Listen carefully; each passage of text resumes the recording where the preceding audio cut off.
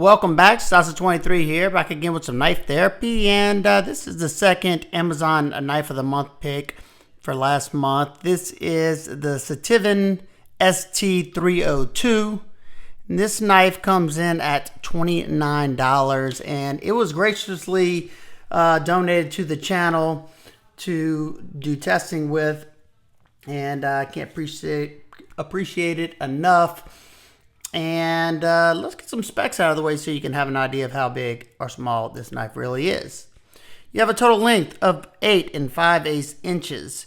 You have a blade length of 3 3/4 of an inch, so it's a pretty large knife. You have a grip area from right here to the back of 4 inches. You have a handle scale thickness from here to here of 0.60, so it's a little chunky, thick. You have a close width in the pocket from here to here of 1.09 inches, and you have a blade stock thickness of 0.127 inches. You have a behind the edge thickness of around 20 thousandths, sharpened at 24 degrees per side. Before we go any further with this knife, why don't we do some cutting and see how well it does? All right, we're going to start out doing some cardboard cutting. Pretty darn sharp.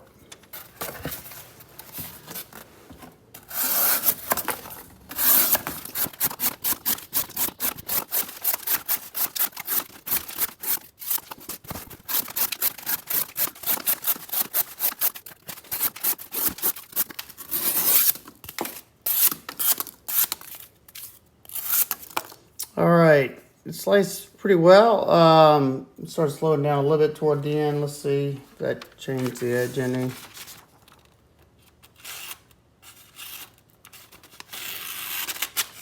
Yep, hold on. There might be some gunk on the edge. I think there was some tape on that box.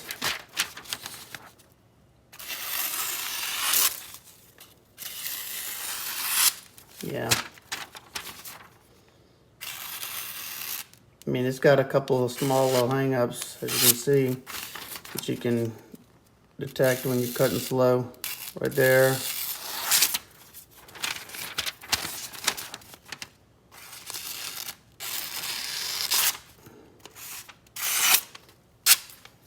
So I call that okay. All right, we're gonna test the edge and the ergos, see how well the edge is biting, and start out light and then start pushing into the cut so I can feel how it is in the hand.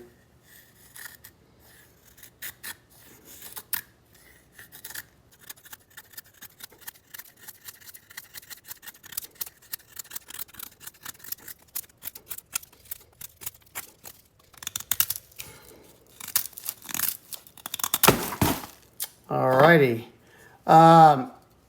The knife bit pretty well. I was catching, as you can see.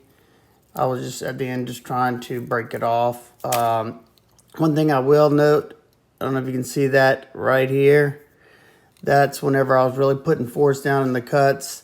That was the center of this thing, was aggravating my hand and the size of the clip. Not terrible. I mean, you only can notice that if you're doing some power cutting.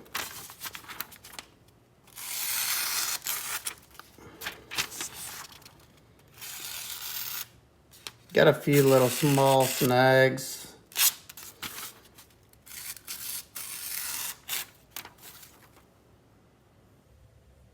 Yeah, I got a few little small snags on the edge already. All right, we're gonna attempt to make 20 cuts on this half-inch twisted style rope. Might do more, might do less, depending on how it's holding up.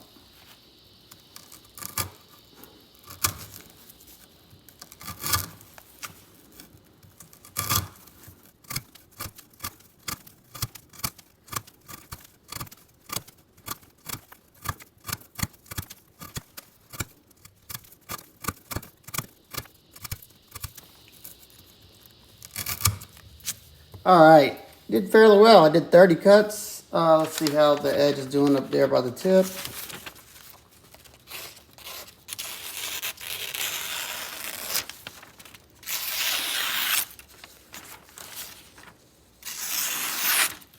Still seems to be doing okay.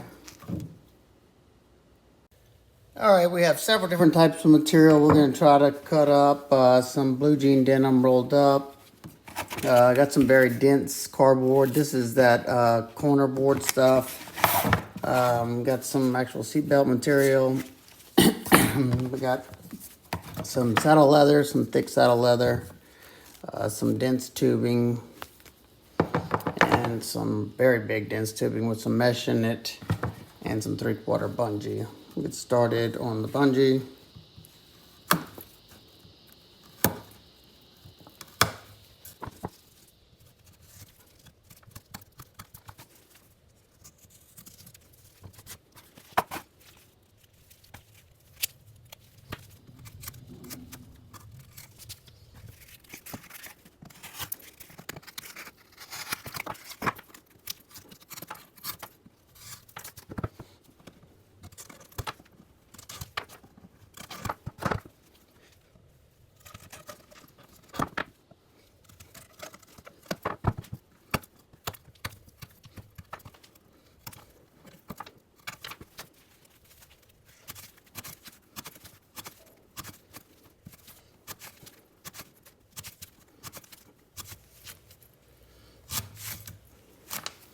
All right, it sliced fairly well. The only thing it was struggling on a little bit was the thick tubing, because that stuff starts to collapse around and grab onto the sides.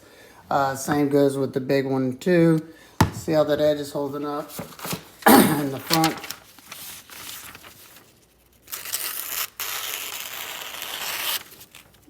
It's not as sharp. Got some hang ups. Or maybe not. Let me wipe it off. One more try.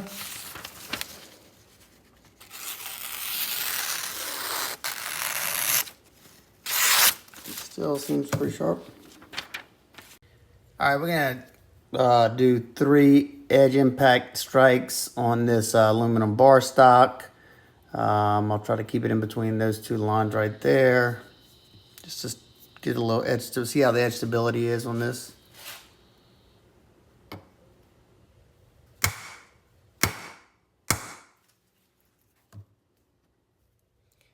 One, two, three.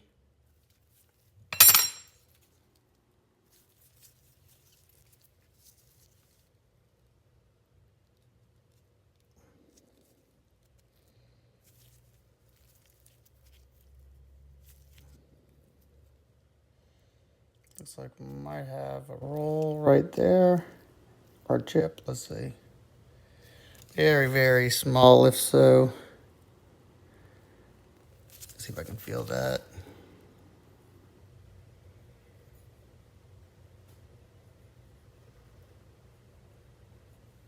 Feeling for any bumps or any kind of rolls. Yeah, right there, maybe. If I hit that far, I don't know. Let's see.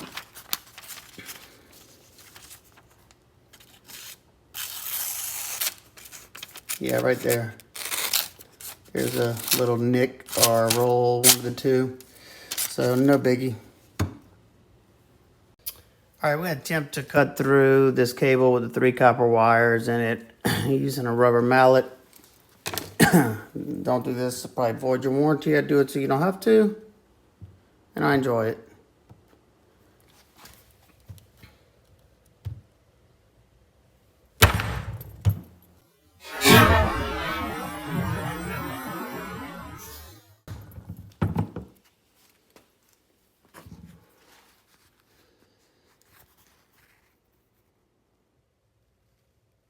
Let's see, can you see where? I think I did it right around there.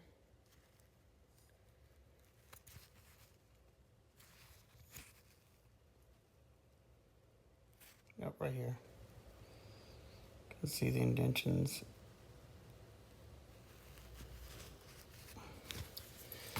Let's feel.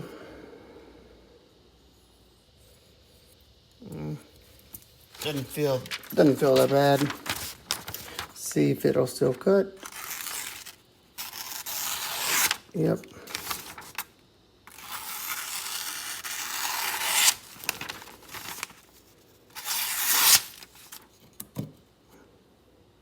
Alrighty, I hope y'all enjoyed that cutting footage. I definitely did. Let's take a closer look at this. You got a nice attractive blade here with a satin finish. I like that added top swedge. It always gives a nice some flair.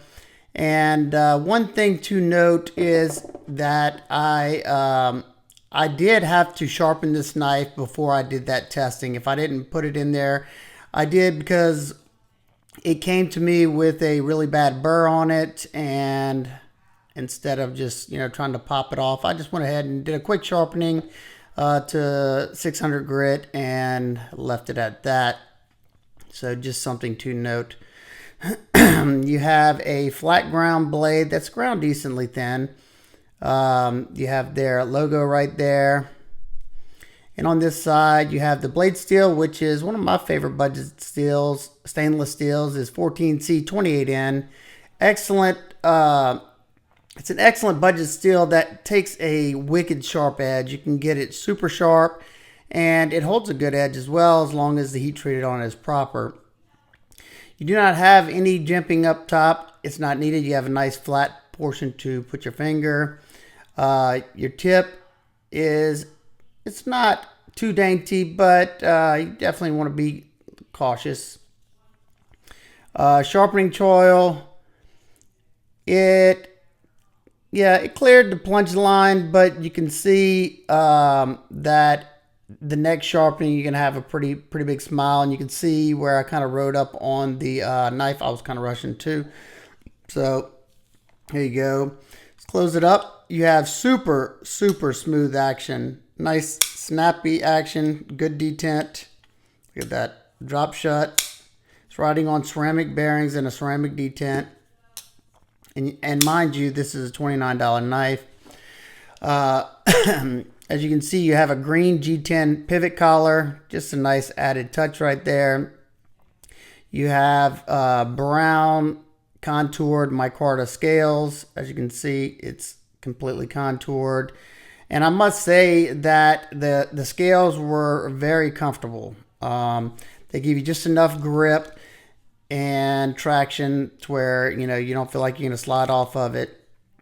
And also, this is not American micarta, but it's not that bad. It doesn't look that bad in my opinion, but to each their own. You have a Torx T8 pivot, T6 body screws. You have a black G10 backspacer, stainless steel liners, and let's see, you have some nice internal milling at the top and at the bottom. Very, like, I don't think you can get any more internal milling. And while we're talking about the milling, let's see what this bad boy weighs. First in grams, 101.2 grams. And 3.56 ounces. So I think that's an incredible weight for this knife. It's a big knife. No, it's not that big, but it's a big knife. Your lock bar access is nice. It sits a little proud of the show side scale, and it has a nice contour on there, so it's comfortable to disengage. Your lockup is sitting at around, I don't know, maybe 50%. No up and down. My particular one has no side to side. The centering, and let me try tightening it up, because I did do all that testing with it, so I could have jarred it. Yep, that's all it was. The pivot had come loose. I mean, I've had much more expensive knives, pivots come loose than this one. Flipper tab does not have any jimping where it needs to be, but it does have jimping back here. I don't really understand that, because you can't push it right there. It's just not gonna happen. I mean, you can light switch it, or you can load up, but you gotta load up on the top right here to do a push button. And that jimping, even in the open position, is facing that direction, so it's not helping your finger from sliding or anything. So I don't really know what that's for. This side, you can see you have just a generic deep carry pocket clip. It works just fine. You got spring to it. It's tip up tip up right hand carry only. Sorry about that, lefties. Let's see what it looks like in the pocket really quick. Goes in the pocket nicely, and it hugs the side of the pocket pretty well. You don't have much sticking out, so I find that to be a win. On this side, you can see you have a captured pivot. It's kind of like ZT does it, where they mill it out on the opposite side of the scale. Nice way to do it. Let's get some size comparisons out of the way real quick. First up, you have your Ontario Rat Model 1. So it's about the same size as the Rat Model 1. And Rat Model 1's a pretty big knife. As far as length goes, the Rat's a little bit wider in all dimensions. Actually, the SITIVIEN's a little bit longer than the Rat 1. So obviously it's going to be much longer than the Rat Model 2.